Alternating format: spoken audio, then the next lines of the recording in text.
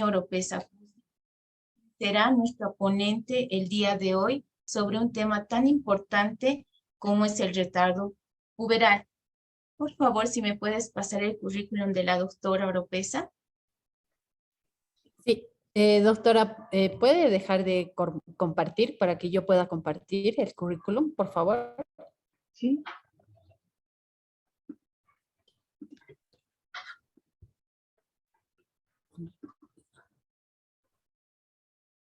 Ahí está. Bueno, le doy la bienvenida, doctora. Entonces la presento. La doctora es egresada de la Universidad Mayor de San Simón como médico cirujano, como médico especialista en pediatría en el Hospital del Niño Manuel Asensio Villarroel de Cochabamba, subespecialista en endocrinología pediátrica del Hospital de Niños Dr. Ricardo Gutiérrez de Buenos Aires, Argentina. Actualmente desempeña funciones como endocrinólogo pediatra en el Hospital de Univalle, Cochabamba. Doctora, agradecerle su participación. Le cedo la palabra. Puede prender su micrófono. Muchas gracias. Entonces, ahora puedo compartir mi pantalla, ¿no?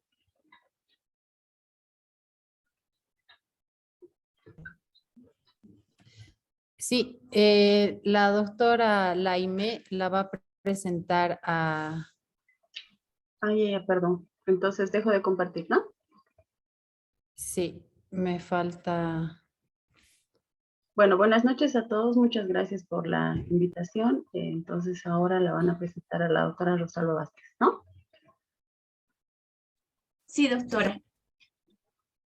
También contamos con la participación de la doctora María Rosalba Vázquez, la misma que se ha formado en la Universidad Mayor de San Simón como en pregrado, también como médico especialista en el Hospital Alejandro Posadas de Buenos Aires, Argentina, subespecialista en endocrinología pediátrica del Hospital Alejandro Posadas, Buenos Aires, Argentina, y actualmente está haciendo como docencia y responsable de la residencia en pediatría del Hospital Manuel Asensio Villarroel de Cochabamba y es miembro de la Sociedad Boliviana de Metabolismo y Nutrición. Doctora, bienvenida.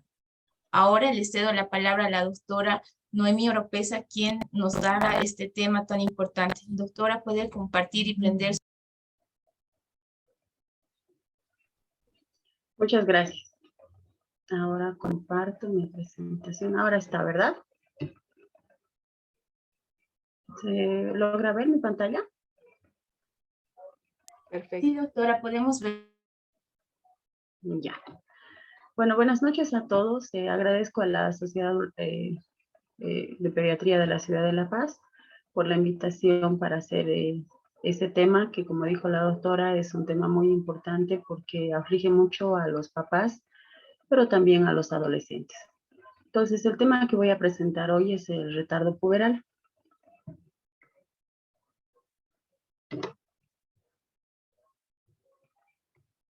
Perdón. Ya, como para poder ingresar al tema, es necesario saber qué es la pubertad. Entonces, la pubertad es el periodo en la vida en el cual se va a desarrollar los caracteres sexuales secundarios y va a finalizar cuando se alcance la fertilidad. Se podría decir que es una transición de la infancia a la edad adulta. Existen unos cambios importantes en la composición corporal, las proporciones corporales, con una aceleración lineal importante en el crecimiento, ¿no? También va acompañado de cambios psicológicos, emocionales propios de la adolescencia. Entonces, ¿cuándo se inicia la pubertad? Existe una variabilidad en cuanto a la edad del inicio de la pubertad. En un grupo de individuos en condiciones de vida similares puede haber una variación de 4 a 5 años, ¿no? Esta variabilidad parece estar influenciada por factores genéticos en un 50-80% y también por los factores ambientales. Para poder comprender un poquito lo que es cómo se da el inicio de la pubertad, el eje encargado de esto es el eje hipotálamo-hipofisario-gonadal. El eje hipotálamo-hipofisario-gonadal está por el hipotálamo, la hipófisis y las gónadas. A nivel hipotalámico se produce la hormona liberadora de gonadotrofinas que va a actuar a nivel de la hipófisis y va a hacer la liberación de gonadotrofinas, que son la LH y FSH, que van a ir a actuar a nivel de las gónadas, y estas gónadas van a producir esteroides sexuales que van a ser encargados de que se dé los cambios de la pubertad. ¿Cómo se da la activación de este eje? Antes de que se inicie la pubertad, existen factores inhibitorios y excitatorios a nivel del hipotálamo. Es como una zona en la que hay factores que van a hacer que se dé y que van a hacer que no se dé. Entonces hay en realidad los factores excitatorios e inhibitorios están como uno contra otro, ¿no? Entonces no hay activación del eje. Entonces hay un agente externo, o también se ha descrito que hay diferentes factores excitatorios que a determinado tiempo empiezan lo que es la liberación de la hormona liberadora de gonadotrofina. Entonces, cuando aumentan estos factores excitatorios, se da lo que es la liberación y el aumento de la producción de GnRH, que va a empezar, o sea, esto es durante la niñez, ¿no? Este eje está con pulsos infrecuentes y en amplitud muy baja. Cuando se inicia la pubertad, debido al predominio de los factores excitatorios, la hipófisis empieza a liberar lo que es las gonadotrofinas en forma pulsátil y con mayor frecuencia.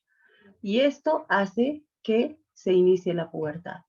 Entonces hay un aumento de la hormona liberadora de gonadotrofinas, por ende un aumento de las gonadotrofinas, y estas gonadotrofinas van a estimular tanto al testículo como al ovario para la producción de esteroides sexuales encargados del inicio de la pubertad. En los años 70, Marshall y Tanner hicieron como un estudio en el cual se fotografió a los niños que estaban en desarrollo puberal dentro de un orfanato. Por ahí este no era el mejor grupo, pero era el grupo más accesible para estudiar en ese momento. Entonces, estos doctores sacaron fotografías y vieron, ¿no?, que la pubertad era diferente, el crecimiento en unos niños u otros. Pero con este estudio lograron determinar, y se publicó, de que las niñas, o sea, la edad normal de pubertad en las niñas era de 8 años a 13 años, y en los varones de 9 años a 14 años. Entonces, de esto surgió los estadios de desarrollo puberal en niñas y en niños. Entonces, para valorar los estadios de Tanner en las niñas, se evalúan según características de las glándulas del desarrollo mamario y el vello púbico. El estadio 1 de Tanner es en el cual hay ausencia del desarrollo mamario y ausencia del vello púbico. En el estadio de Tanner 2 hay la presencia de un botón mamario que no sobrepasa la areola y un vello fino y escaso. En el estadio de Tanner 3 es cuando ya hay un desarrollo mamario importante y sobrepasa la areola, y el vello pubiano es más grueso, rizado y es más oscuro. En el estadio de Tanner 4 ya es una mama mucho más prominente, donde ya el pezón va a sobresalir a lo que es la glándula mamaria, y el vello es abundante llegando a la zona inguinal, y en el estadio 5 ya es el estadio de una mujer adulta, y en el cual el vello pubiano puede llegar hasta inclusive la línea alba. Para valorar los estadios de desarrollo puberal en niños, también el estadio Tanner 1 es en el cual hay ausencia de vello pubiano y los testículos están menor a 3 en el volumen testicular. En diapositivas siguientes mostraré cómo es que nosotros medimos este volumen testicular. Y lo que es el desarrollo genital, pues los genitales son infantiles. En el estadio Tanner 2 hay un aumento de la rugosidad del escroto, un aumento en el tamaño de los testículos, aquí hay un volumen 4. En el estadio de Tanner 3 ya hay un volumen testicular de 8, y hay un alargamiento, engrosamiento del pene, y el vello pubiano ya es más rizado, grueso y oscuro. Y en el estadio de Tanner 4 y 5, en el 4 el volumen testicular es 12 a 15, y en el 5 ya es de un adulto. Entonces, ¿cuándo se inicia la pubertad? Desde el punto de vista clínico, el inicio de la pubertad marca la aparición de los caracteres sexuales secundarios, o sea, el botón mamario, o sea, un estadio Tanner 2 en la mujer, y el cambio en el volumen testicular. Este es el orquidómetro de Prader, el cual a nosotros nos es útil para determinar el grado de desarrollo puberal. Nosotros vemos hasta el volumen 3, es el volumen de un niño, y a partir del volumen 4 es que ya empezó la pubertad. Y cuando hay un volumen testicular 12 a 15 es donde se va a dar el empuje puberal. Entonces, la pubertad normal en los niños es de 9 a 14 años. Antes de los 9 años estamos hablando de una pubertad precoz y después de los 14 un retardo puberal. En las niñas antes de los 8, una pubertad precoz, y después de los 13 años con ausencia del desarrollo mamario o ningún signo de desarrollo puberal, estamos frente a un retardo puberal. Es importante también conocer la velocidad de crecimiento, ¿sí? La velocidad de crecimiento es la cantidad de centímetros que va a crecer en un año un niño. Entonces, esta velocidad de crecimiento es hasta de 25 centímetros el primer año de vida, va bajando más o menos a 20, de 15 a 20 el segundo año de vida, y posteriormente de 4 a 7 centímetros. 4 a 6 en realidad. Antes de que se inicie la pubertad, hay una depresión prepuberal, o sea, una disminución de la velocidad de crecimiento, y miren cómo aumenta esta velocidad de crecimiento durante la pubertad. En las niñas se da mucho más antes que en los varones, y el empuje puberal es este momento, la época de mayor crecimiento durante la pubertad, que es de 10 a 12 centímetros en las niñas, y en los varones puede ser inclusive hasta 15 centímetros en un año. ¿Cómo se da los eventos puberales, no? En promedio, la aparición de las mamas es a los 10 años y medio, el vello pubiano a los 11, el empuje puberal, que se da justo antes de la menstruación, es a los 12 años, y la menarca o la menstruación a los 12 años y medio en las niñas. En los varones empieza con el cambio del volumen testicular más o menos a los 11 años y medio, a los 12 años y medio aparición del vello pubiano, y el empuje se da a los 14 años en promedio. Empieza el cambio a nivel genital a los 11 años y medio, una edad muy similar al inicio del cambio del volumen testicular. Para enfocarme ahora al tema que tengo que presentar, que es el retardo puberal. Entonces, ¿qué es el retardo puberal? Es cuando un varón tiene un retardo en el desarrollo y no ha alcanzado un volumen testicular de 4, como les comenté, o sea, no ha iniciado la pubertad hasta los 14 años de edad cronológica. Y cuando una mujer no ha iniciado desarrollo mamario a los 13 años de edad. Entonces, ante estas características estamos frente a un retardo puberal. El concepto de retardo puberal no solamente se refiere al retraso en el inicio, también puede haber una falta en la progresión o una pubertad detenida. Eso es cuando se inició la pubertad y a los 2 años no hay ningún cambio, o todo el desarrollo de la pubertad se llevó a cabo en más de 5 años. Y el infantilismo sexual o la ausencia de la pubertad es cuando no se inició la pubertad. Esta consulta es muy frecuente en la práctica asistencial y es una preocupación para los papás y también para el paciente, porque el adolescente que tiene un retardo puberal pues siempre se va a comparar con sus pares y va a ver la diferencia, y los padres también van a ver esta diferencia importante, y siempre hay la preocupación de que estos pacientes pues van a quedar afectados en la talla final. Por eso es importante su correcta identificación, porque además este problema lleva a problemas importantes de tipo psicosocial, como depresión, mal rendimiento escolar, ansiedad. Entonces, ¿cómo se clasifica y cuál es la etiología del retardo puberal? Existen 4 grandes grupos: el retardo constitucional del crecimiento-desarrollo, el retardo puberal que se da secundario a patologías crónicas, el hipogonadismo hipogonadotrópico y el hipogonadismo hipergonadotrópico. ¿Qué es el retardo constitucional del crecimiento y desarrollo? Esta es una variante normal del desarrollo en el cual, debido a un trastorno temporal de la secreción de las gonadotrofinas a nivel de la hipófisis y por ende una no producción de los esteroides sexuales, se da un retraso madurativo en el eje gonadal. Es frecuente que estos pacientes tengan antecedentes familiares. También va asociado con retardos en el crecimiento. O sea, el paciente consulta por baja talla y también por no presentar el progreso o no presentar la pubertad. En estos pacientes hay una afectación psicológica importante. Es una causa frecuente de retardo puberal, más o menos el 3 al 5% de los pacientes con retardo puberal van a tener un retardo constitucional del crecimiento y desarrollo. La etiología es desconocida, aproximadamente 65-82% de estos pacientes son la causa de retardo puberal en varones y el 30 al 56% de niñas con retardo de crecimiento y desarrollo son una causa de retardo puberal.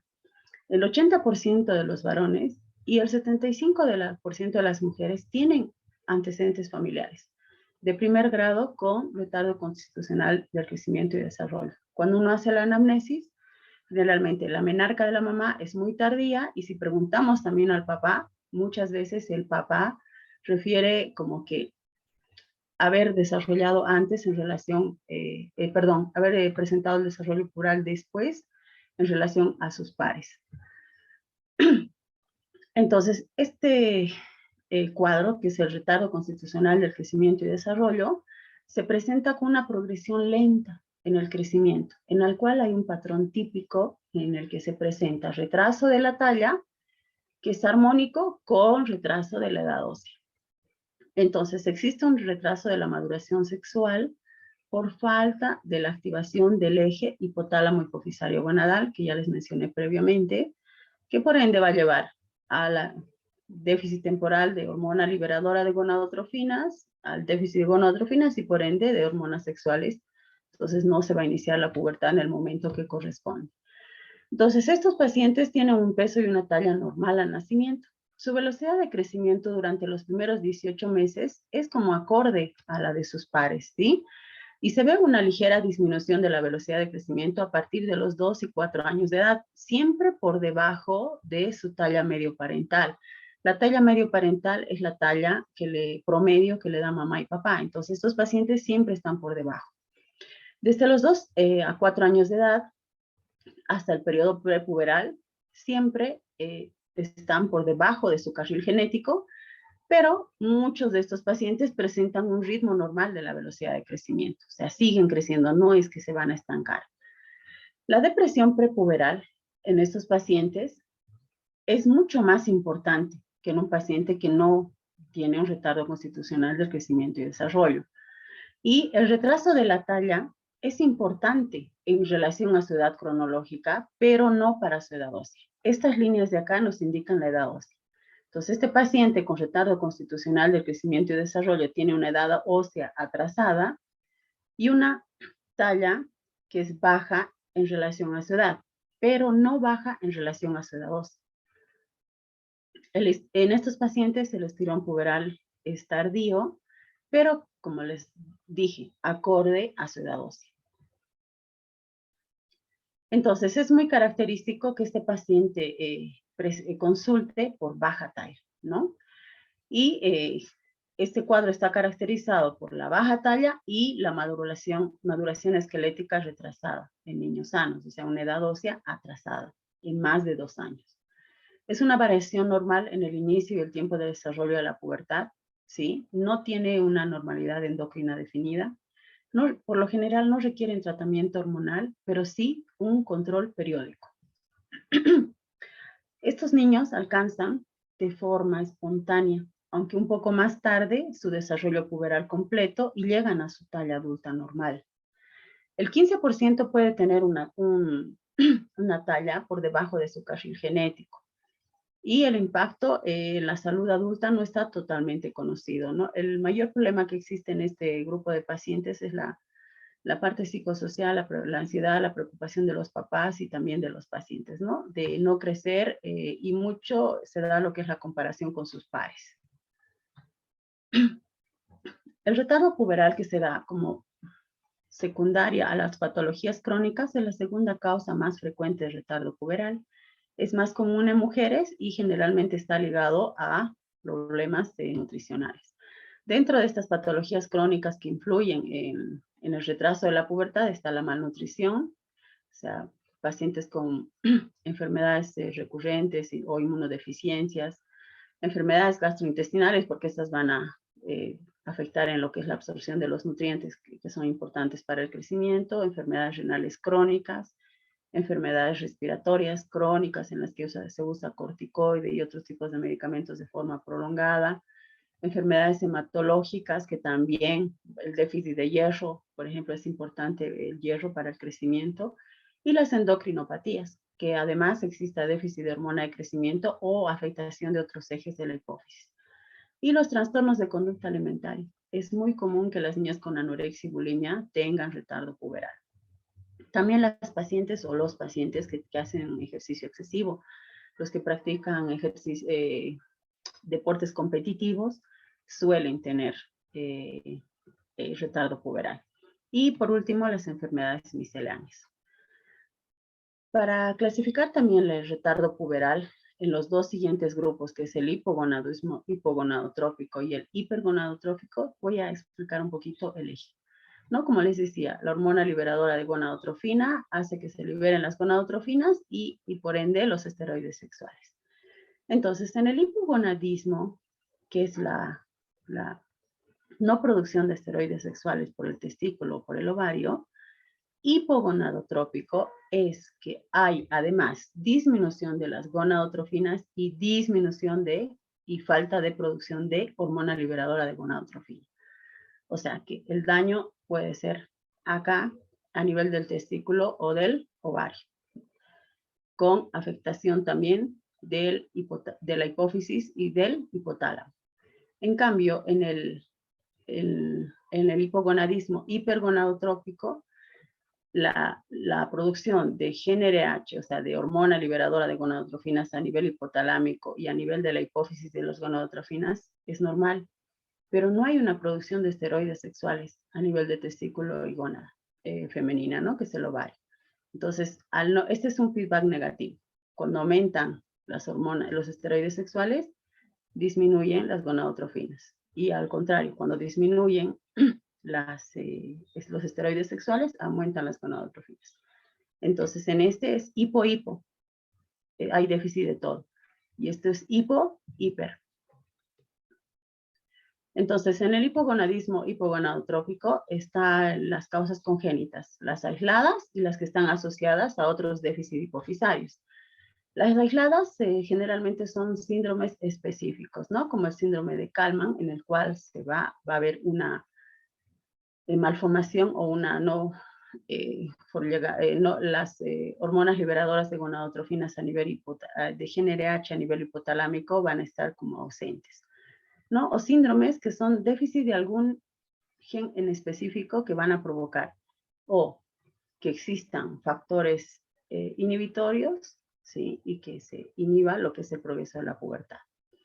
Los factores de las causas congénitas asociadas a otros déficits hipofisarios están lo que es el pánico, o sea, la insuficiencia hipofisaria, síndromes en los cuales además de tener déficit del eje gonadal, hay otros déficits de otros ejes.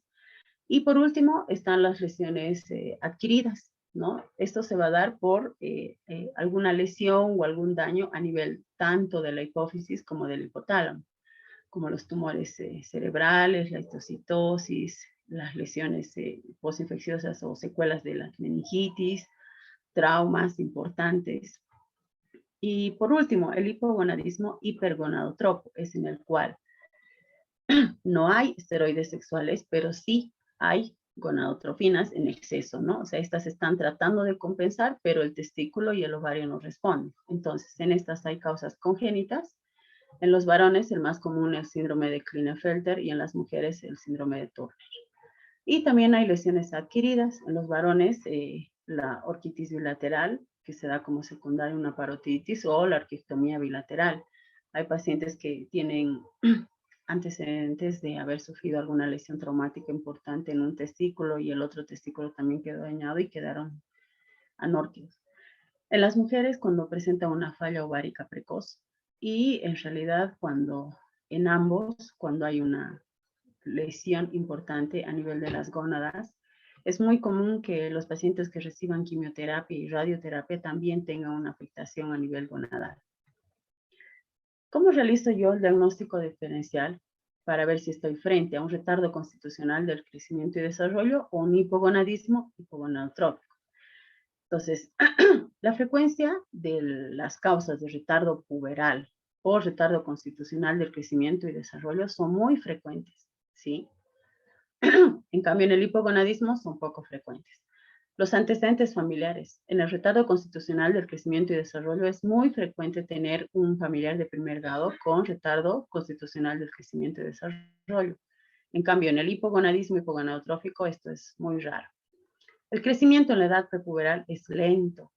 En cambio, en el paciente con hipogonadotrófico, porque esto se da, el crecimiento importante se tiene que dar en la pubertad. Antes de eso, su crecimiento es normal.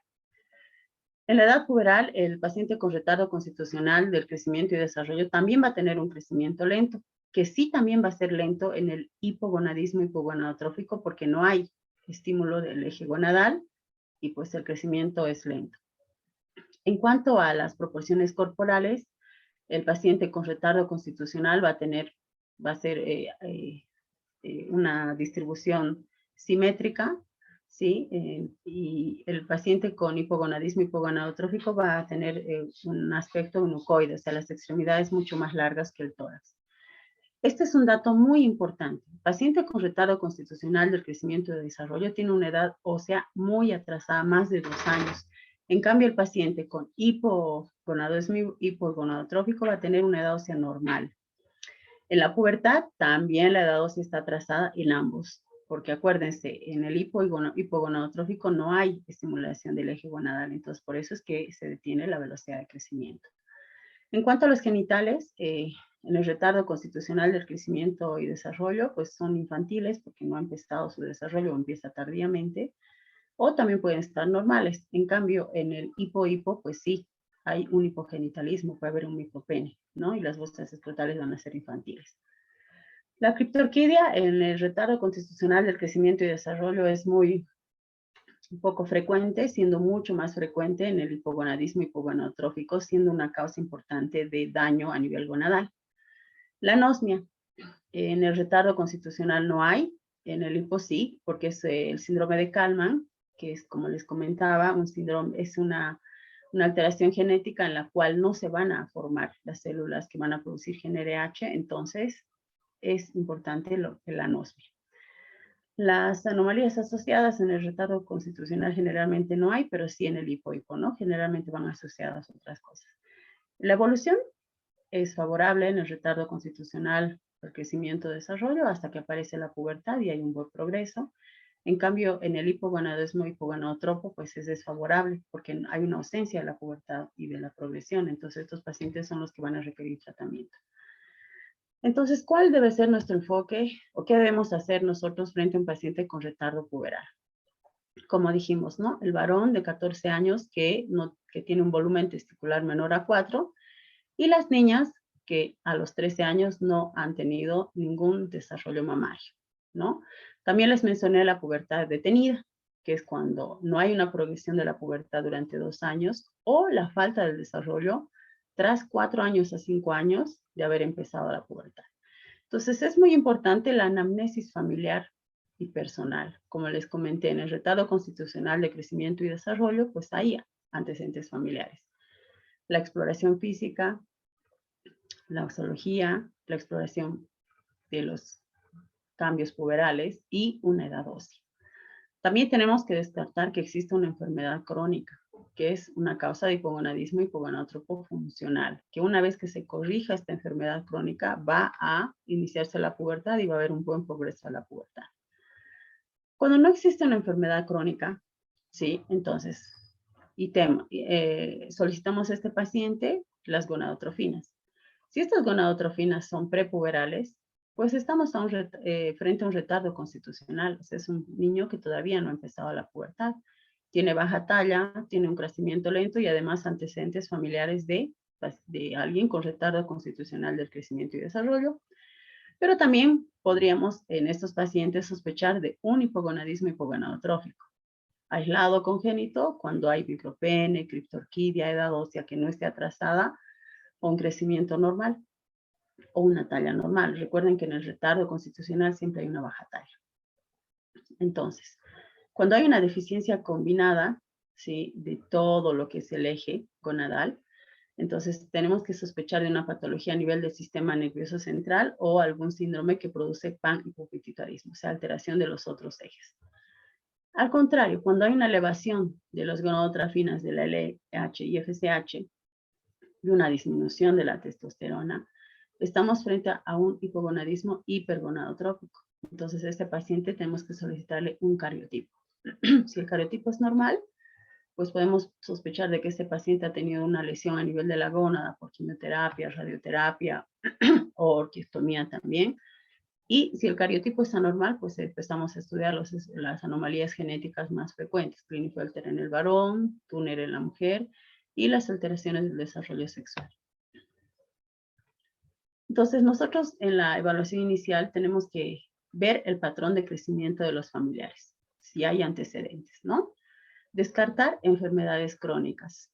Evaluar si el paciente tiene una discapacidad mental y cuál es la causa de esta. Ver si el paciente tiene obesidad mórbida. El paciente con obesidad va a ser un adelanto de la pubertad, no un retardo puberal por lo general. Si el paciente tiene antecedentes de criptorquidia, micropene, hipoanosmia, si recibió radioterapia o quimioterapia, es más común con la radioterapia. Evaluar la velocidad de crecimiento, cómo viene creciendo este niño los años previos a la pubertad. Evaluar el desarrollo con los estadios de Tanner. Solicitar una edad ósea, que como les dije, esta es una herramienta muy importante y accesible, que nos va a ayudar a diferenciar si existe un retardo constitucional del crecimiento y desarrollo o otra causa del retardo puberal. El análisis bioquímico en realidad es una química sanguínea común, ¿no? El hemograma, función renal, hepatograma, coagulograma, electrolitos, o sea, ver que no exista una enfermedad crónica. Y también nosotros podemos, como pediatras, solicitar las gonadotrofinas. Por ahí la interpretación no va a ser como la de un endocrinólogo pediatra, pero sí podemos ver si la testosterona está en relación a las gonadotrofinas o hay una alteración, o sea, si la testosterona está baja, las gonadotrofinas bajas, pues es un hipo, y si la testosterona está baja, pero las gonadotrofinas es altas, pues estamos ante un hipergonadotrófico, ¿no? Pedir también el perfil tiroide, que es un eje muy importante en lo que es el crecimiento, y eje F1 como factor de crecimiento. En cuanto a la valoración ya por nosotros, los endocrinólogos pediatras, pues nosotros ya enfocamos como de una forma un poquito más específica y más profunda. Entonces nosotros vamos a solicitar una prueba de estímulo con hormona liberadora de gonadotrofinas en las cuales vamos a ver la respuesta y vamos a medir la LH, FSH en ciertos tiempos y hay determinados valores para determinar si este es un hipo o un hipo-hipo. Entonces, solicitamos inhibina, que también nos ayuda a ver en qué momento de la pubertad estamos, prolactina. Hacemos la valoración de todos los ejes, hipotálamo hipofisarios. Solicitamos una resonancia de cerebro-hipófisis, un cariotipo y, por ende, unos estudios genéticos. En cuanto al tratamiento del retardo puberal, el retardo constitucional del crecimiento y desarrollo, al ser una variante de la normalidad, en la gran mayoría de los casos, con una explicación al paciente y a los padres, con un adecuado control y en algunos casos con apoyo psicológico, es suficiente. Si uno les da la tranquilidad a los papás y también lo habla con el paciente y le explica que esta es una variante normal, los papás y el paciente se van a quedar tranquilos. Entonces, es importante el tratamiento y la prevención del retardo puberal en pacientes con patologías crónicas, ¿sí? Son patologías que nosotros podemos tratar como pediatras, ¿sí? Y el tratamiento óptimo y precoz de esa enfermedad de base, pues va a determinar el momento en el que el paciente inicia la pubertad. Entonces, ¿cuáles serían los objetivos del tratamiento? Conseguir un desarrollo puberal completo, eso ya me refiero al tratamiento que hacemos nosotros los endocrinólogos, ¿no? Y a su vez, que la secuencia y el ritmo normal de la aparición de los caracteres sexuales secundarios sea acorde a sus pares. Entonces, yo tengo un paciente con hipogonadismo hipogonadotrópico, pues tengo que iniciar el tratamiento cuando sus pares estén iniciando la pubertad. Entonces, hay indicaciones, hay edades óseas y edad cronológica en las que uno puede iniciar un tratamiento. Y el objetivo principal siempre es lograr la mejor talla adulta posible. Existen tratamientos y hay 3 opciones terapéuticas para inducir la pubertad. La administración pulsátil de hormona liberadora de gonadotrofinas, que lastimosamente en Latinoamérica no está disponible, pero sí en otros países. Las gonadotrofinas, que sí vienen y hay disponibilidad en algunos países de Latinoamérica. Y lo que más disponemos por ahí son los esteroides sexuales, ¿no? La testosterona y los parches transdérmicos de estrógenos.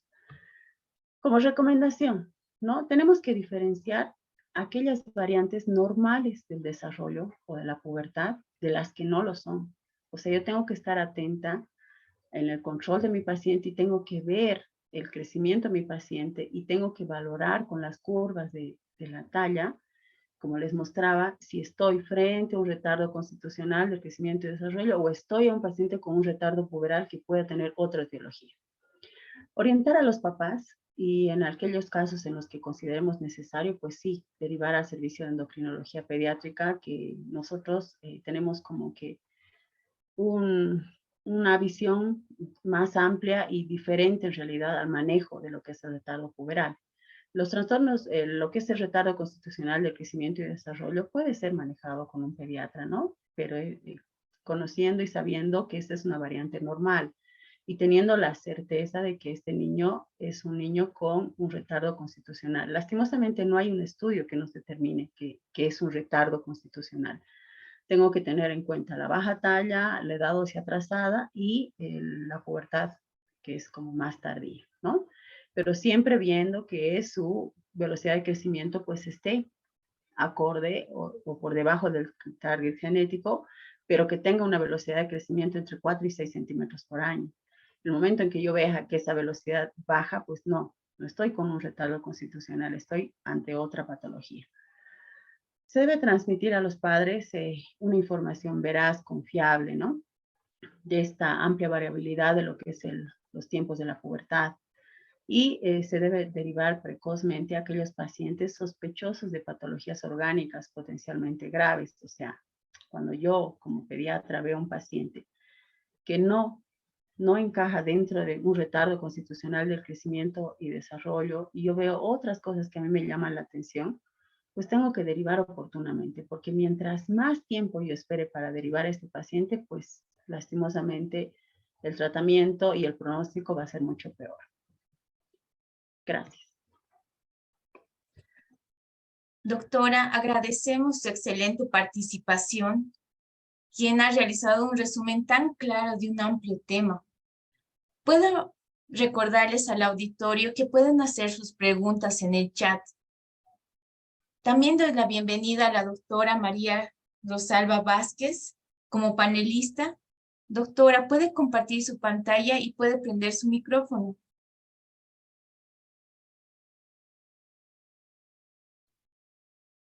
Ahí está.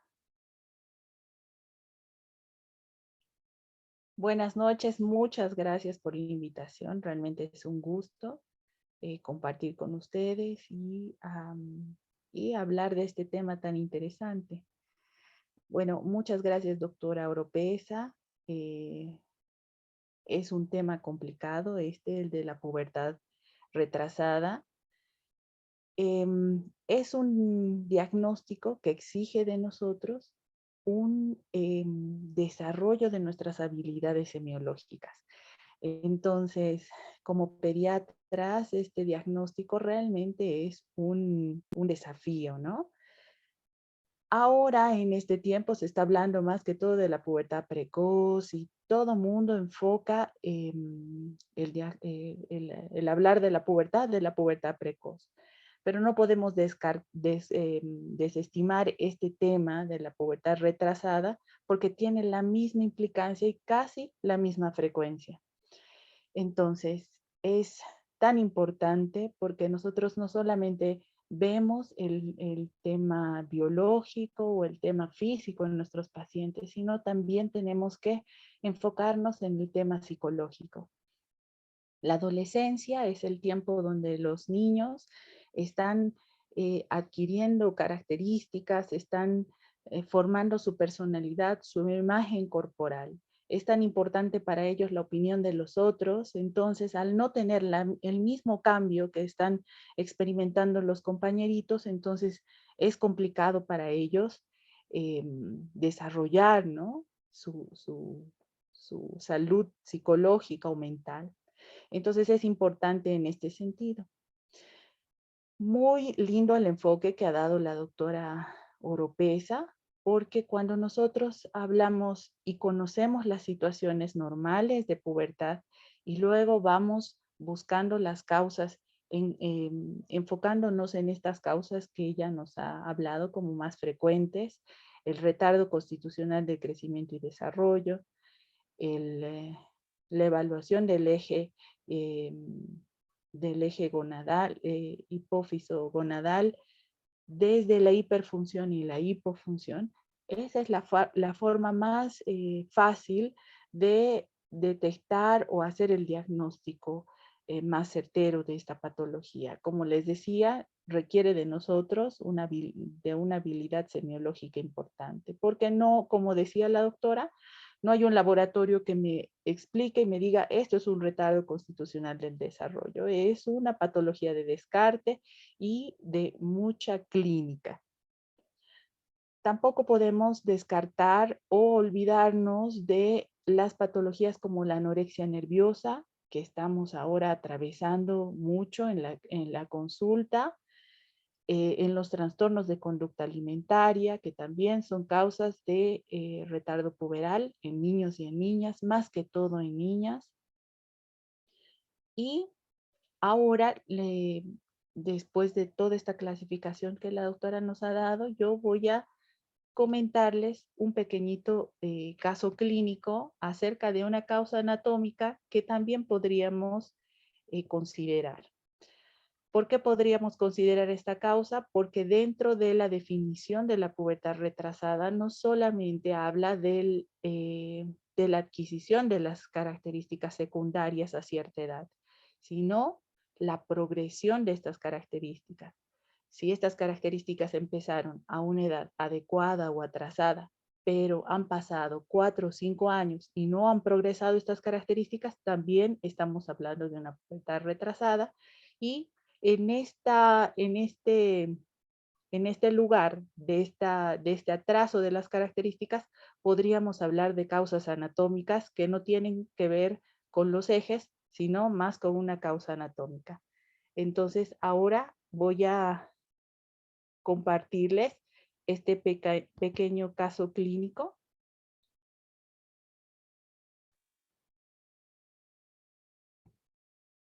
Por favor, coméntenme si está compartiendo la pantalla. No, doctora, todavía no.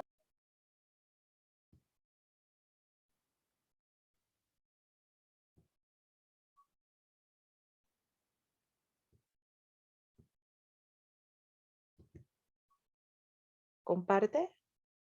Sí, doctora, ahora sí. Sí, Rosalvita, se ve. Entonces, yo quiero compartirles un caso clínico interesante de una paciente que inició sus características puberales, pero no fueron progresando. Esta es una niña de 15 años y 3 meses que fue derivada por su pediatra de cabecera porque para la evaluación de la pubertad, porque no presentaba menarca a esa edad, y ella había iniciado con las características sexuales secundarias a los 11 años. Dentro de sus antecedentes tiene una maduración normal, una escolaridad normal.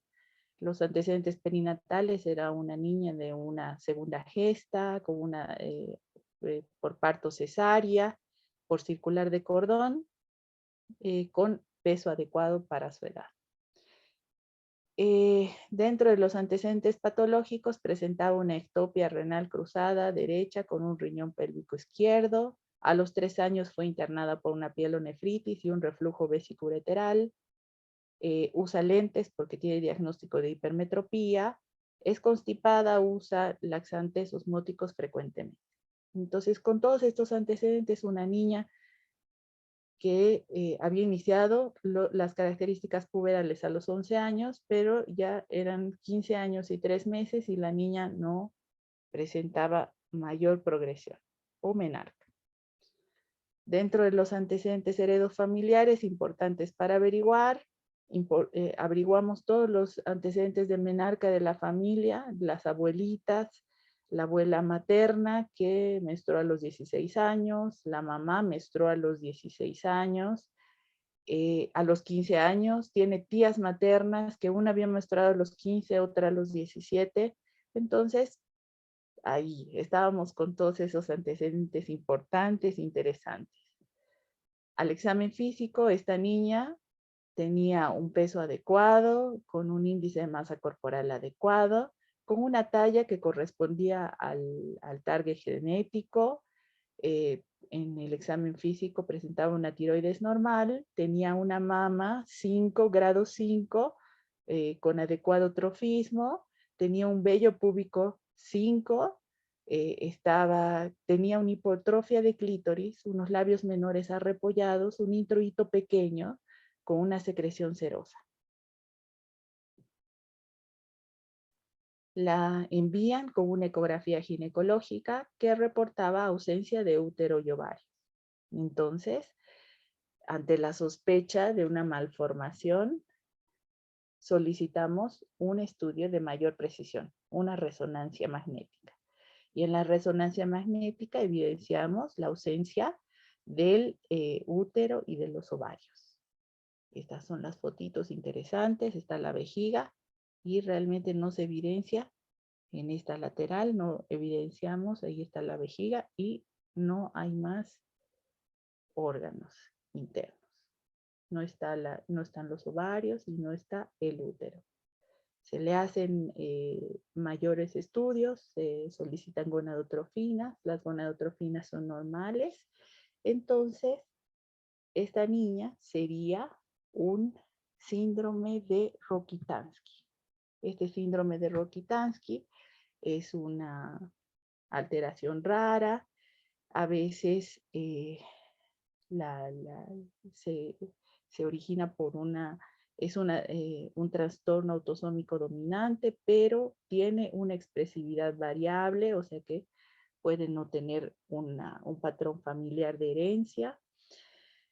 Y en esta alteración, por una malformación mulleriana, hay una ausencia de útero, de ovarios. A veces tienen algún útero rudimentario, pero también tienen alguna alteración de la vagina en los primeros tercios de la vagina, o sea que esta patología requiere un tratamiento de cirugía plástica, vaginoplastía, y un tratamiento psicológico importante porque luego requiere dilataciones. Entonces, este caso es un casito interesante para precisamente esta falta de progresión de las características y para no olvidarnos que también están las causas anatómicas para descartar estas malformaciones, ¿no?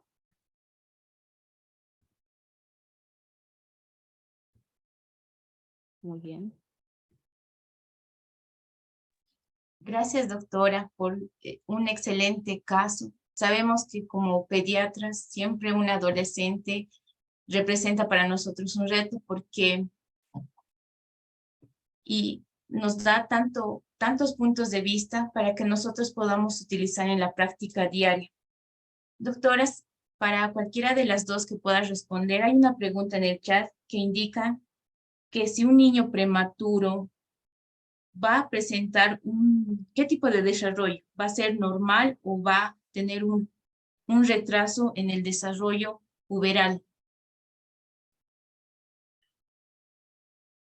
Bueno, en realidad los pacientes con retardo de crecimiento, bueno, en realidad el prematuro tiene retardo de crecimiento intrauterino, ¿no? Entonces, el paciente con retardo de crecimiento intrauterino, al contrario, es mucho más común que haga una pubertad precoz que un retardo puberal.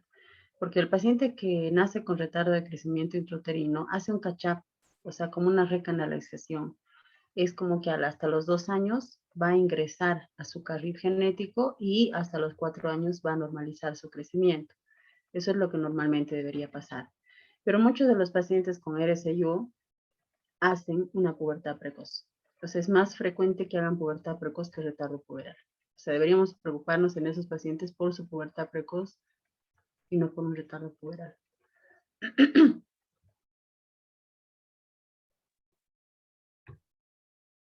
Doctora Rosalba, su opinión sobre la pregunta. Sí, como dice la doctora, las características de la pubertad o desarrollo de la pubertad en un niño con un con un pequeño para la edad gestacional o retardo del crecimiento intrauterino tienen que ver más con adelantar las pautas de la pubertad. Está comprobado científicamente que son niños que van a presentar o van a hacer una pubertad temprana o precoz, y más bien es un paciente de riesgo en el que tengo que ir evaluando frecuentemente o periódicamente las características de la pubertad, pero no está tan relacionado con el retardo puberal, sino más bien con el adelanto de las características de la pubertad. Muchas gracias, doctora. No hay más preguntas en el chat. Doctora Oropesa, ¿alguna recomendación que pueda brindar para dar por concluida la clase? Bueno, en realidad, como recomendación principal es que nosotros nos tomemos en la consulta un tiempo para poder medir al paciente, ¿no? Porque muchas veces, en especial bueno, en la gran mayoría de los lugares, ¿no? Es como que uno tiene un determinado tiempo para atender a un paciente y es como que viene por tos y lo atiendo por la tos, o viene por diarrea y lo atiendo por la diarrea. Entonces, una recomendación es pedirles, por favor, de que nos tomemos un tiempito, ¿no? Para pesar y medir al paciente, ¿no? Y ver un poquito ya en esta edad, o sea, como les dije, ¿no? Los varones de 9 a 14 y las niñas de 8 a 13, entonces a esta edad, tener en cuenta, ¿no? Que ya deberían tener algún desarrollo puberal, o sea, algún cambio, ¿no? Entonces, si yo no noto ningún cambio en esta edad y veo que además está con baja talla, entonces debo agarrar o pedir los estudios básicos o derivar al endocrinólogo pediatra. Porque el crecimiento tiene tiempos y momentos en los cuales nosotros podemos actuar, podemos dar un tratamiento. Y lastimosamente cuando pasa este periodo, porque el crecimiento no es, no es algo lineal, ¿no? Y no es tampoco algo que va a durar toda la vida. Entonces va a ser hasta que el paciente haga la pubertad, la niña menstrue y el varón tenga un volumen testicular 12 de adulto, ¿no? Entonces, lo que tenemos que hacer, por favor, es tomarnos el tiempito para medir al paciente, ver las edades de la pubertad normal y revisar, ¿no? Y si yo tengo una duda, derivar al paciente, porque como les comenté, el enfoque nuestro es mucho más amplio, ¿no? Entonces, hay pacientes con retardo puberal o con mal progreso de la pubertad que podrían haber recibido un tratamiento y podrían haber tenido una mejor talla final o podríamos haber mejorado su aspecto psicosocial, porque hoy en día el bullying en la escuela pues está muy, muy de moda. Entonces son chicos que les hacen bullying o porque son chicos o porque son gordos, flacos. Entonces la talla en los chicos adolescentes y la pubertad son dos aspectos que afectan en la parte psicosocial. ¿Sí? El hecho de que no hagan su pubertad con sus pares afecta mucho la parte psicosocial. Y también el hecho de que tengan una baja talla. Entonces, en este grupo, por favor, hagamos un poquito más de énfasis y cuando tengamos una duda, derivemos al especialista. Gracias. Gracias, doctora, por su participación y por sus recomendaciones. Doctora Vázquez, hay una pregunta en el chat que indica, posterior a la menstruación, el crecimiento en las niñas, ¿cuánto en centímetros debe ser por año o cuánto se debe esperar?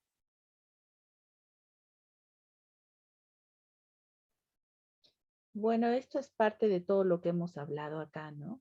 Nosotros como pediatras tenemos que saber cuáles son las pautas, cuál es la forma normal de crecer de los niños para saber cuándo hay una alteración y cuándo debemos derivar al especialista, al endocrinólogo, al especialista en el crecimiento y desarrollo.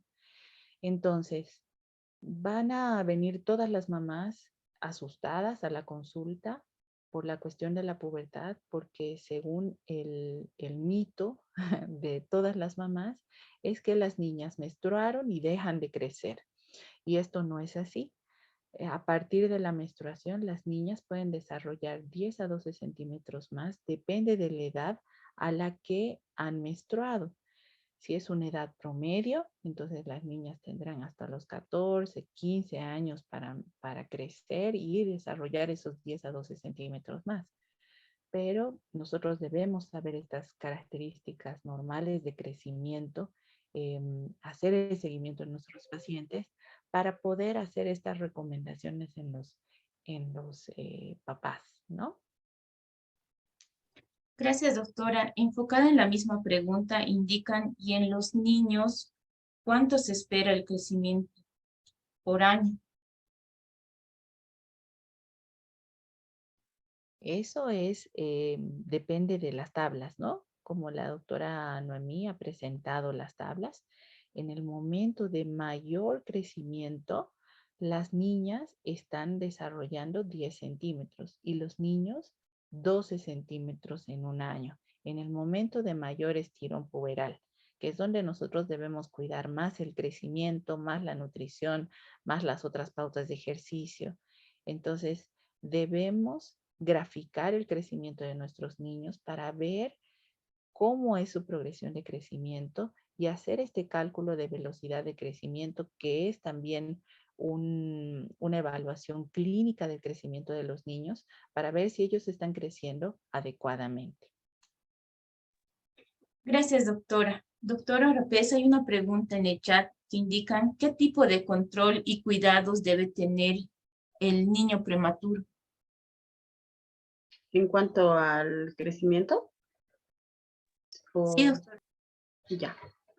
En realidad, el niño que prematuro, que tiene un retardo de crecimiento intrauterino, es un paciente que sí en algún momento tiene que tener una valoración endocrinológica antes de los 4 años, ¿sí?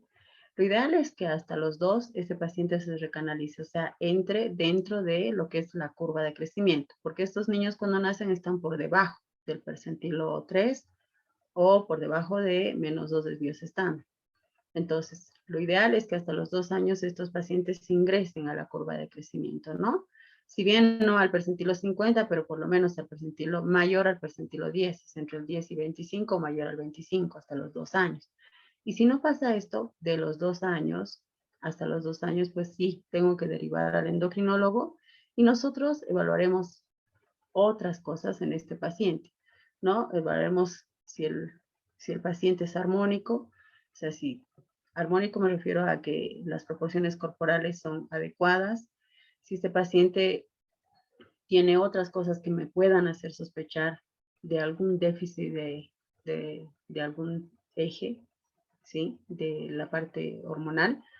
Y a los 4 años, pues hasta los 4 años nosotros vamos a evaluar la velocidad de crecimiento y si a los 4 años yo tengo un paciente con RSIU con velocidad de crecimiento menor a 4 centímetros, que no hizo el catch-up, pues a los 4 años ese paciente ya lo puedo someter a estudios y hacerles pruebas de estímulo para determinar si este paciente no tiene un déficit o una insuficiencia hormonal de crecimiento. Los pacientes con retardo de crecimiento intrauterino es un grupo en el que tiene indicación de tratamiento con hormona de crecimiento, porque se cree que estos, bueno, en realidad no es que se cree, hay estudios publicados en los cuales indican que los factores de crecimiento en estos pacientes, pues efectivamente son muy bajos, sea por la malnutrición o por la poca producción de factores de crecimiento, y que en realidad el mismo eje es como que está dañado. Entonces, este paciente es un candidato, si es que no hace un catch-up, no tiene buena velocidad de crecimiento y veo que realmente tiene una muy, muy baja talla, para estudiarlo y hacer una prueba de estímulo para detectar la producción de hormona de crecimiento. Y según esto, si es un paciente que tiene déficit de hormona de crecimiento, pues sí, tiene que iniciar tratamiento con hormona de crecimiento a los 4 años. Es una indicación de tratamiento en un paciente que no hizo catch-up y que tiene una muy baja talla y tiene una prueba de estímulo que no pica. O sea, en el cual yo le doy un estimulante de producción de hormona de crecimiento que es arginina y clonidina y no veo una respuesta. o sea, no aumenta la GH. Entonces, este paciente es candidato a hormona de crecimiento. Gracias, doctora. Les manda muchas felicitaciones por la excelente práctica. Ya no tenemos más preguntas en el chat. Doctora, gracias por todo este enfoque. Creo que hemos olvidado la atención integral, tanto en los adolescentes, porque muchas veces en nuestro ejercicio diario solo estamos enfocados a la patología. Gracias, doctora, por su participación, doctora Oropesa, doctora Vázquez. Les mandamos un saludo desde La Paz y las esperamos en otras charlas para que puedan compartir sus experiencias y sobre todo que nosotros tengamos un punto de vista diferente como pediatras, ¿no? Y hacer un equipo multidisciplinario y hacer herramientas para la atención integral, principalmente de estos adolescentes. Gracias, doctora Vázquez. Gracias, doctora Oropesa. Entonces, damos por concluido a la clase, no habiendo más preguntas, y agradecer a todo el auditorio por su participación.